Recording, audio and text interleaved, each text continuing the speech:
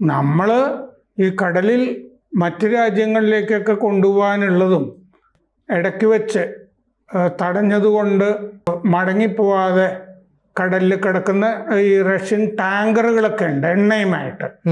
ഇതൊക്കെ നമ്മൾ വാങ്ങിക്കാൻ തീരുമാനിക്കുകയും ഇന്നലെ തുറമുഖങ്ങളിലൊക്കെ എത്തി. ഗുജറാത്തിലും പാരദ്വീപിലും ഒക്കെ എത്തി റഷ്യൻ എണ്ണ ടാങ്കറുകൾ നമ്മൾ വാങ്ങിച്ചിട്ട്. ഇന്ത്യയിൽ എത്തിക്കഴിഞ്ഞു സിനിജി റഷ്യൻ എണ്ണ.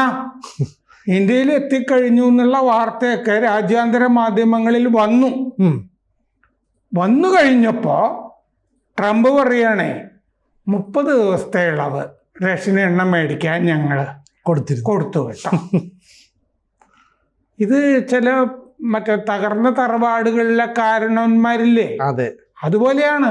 തകർന്ന് കിടക്കില്ലേ, വലിയ കടമല്ലേ അമേരിക്കയ്ക്ക്. ഈ കടം വീട്ടാനുള്ള അജണ്ടയുടെ ഭാഗമായിട്ടല്ലേ ഈ എണ്ണ രാഷ്ട്രങ്ങളൊക്കെ ആക്രമിച്ച് എണ്ണ കൈവശപ്പെടുത്താൻ നോക്കുന്നത്.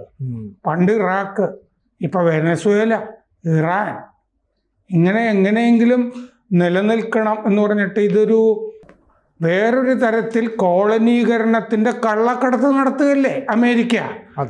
നമ്മൾ നമ്മുടെ വഴി നമ്മൾ നോക്കിക്കോളും. കൂടുതൽ വാർത്തകളും വിശേഷങ്ങളും നിങ്ങളിലേക്ക് എത്താൻ ABC മലയാളം സബ്സ്ക്രൈബ് ചെയ്യുക, ബെൽ ബട്ടണും അമർത്തുക.